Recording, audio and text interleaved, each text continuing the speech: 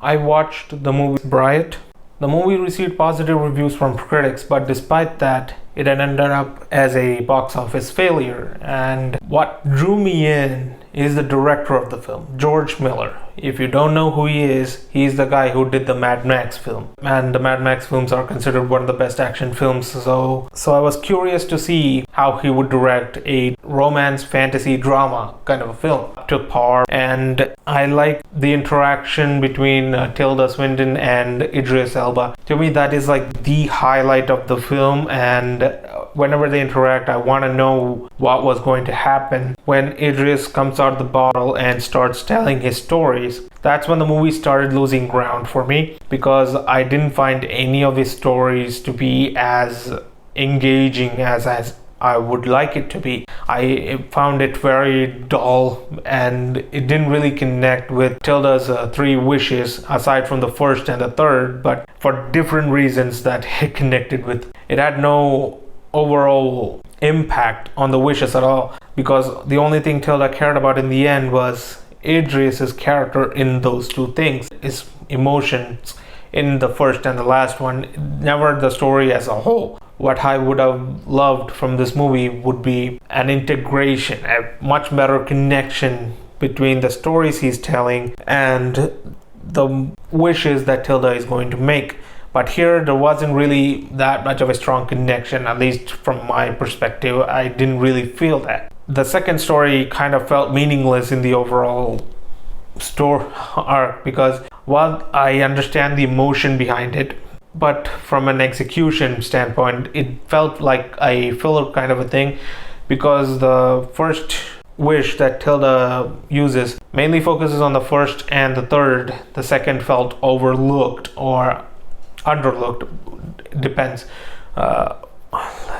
Like it's pushed aside, and the second wish was much more of a circumstance, and then the third wish is the wish that you would most expect from a movie like this. So there was never really a need for the second story from a execution standpoint. There were aspects of the film that I never really cared about. There's a story of both of them coming to England and him getting affected by the waves, but I understand you're trying to build conflict, but it's resolved within the next film. After the third wish, the very next scene is the story is pretty much what you would expect. It's not a film that I would recommend you watch with family, because there is some nudity in the film. But yeah, it just wasn't my cup of tea is what I'm getting at. The overall majority of the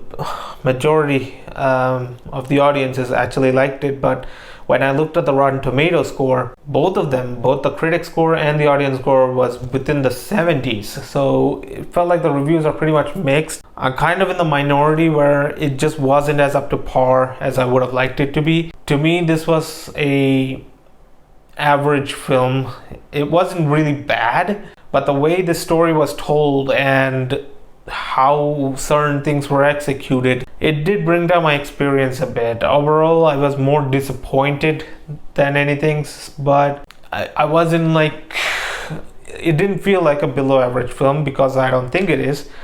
To me, it just felt like it's another average film, but I don't know, maybe your perspective might change. So I do recommend you watch the film. Keep in mind, it's not something that if a friend came up to me and asked for a recommendation for a movie, this is not one of those movies that I would recommend. So keep that in mind. But maybe you might have a different experience with this kind of a film, because I do see a few people actually liking this and giving it a good response. To me, it was just an average film that I would not watch ever again. I have no interest in watching this ever again. Who knows, maybe years down the line when I've forgotten that this movie existed. Maybe, but I don't see that happening, but who knows what the future holds. But as of now, it's not a movie that I want to watch again. Your experience may differ, so I do recommend after the movie ended, and the story is very predictable. So overall, it's just not my cup of tea.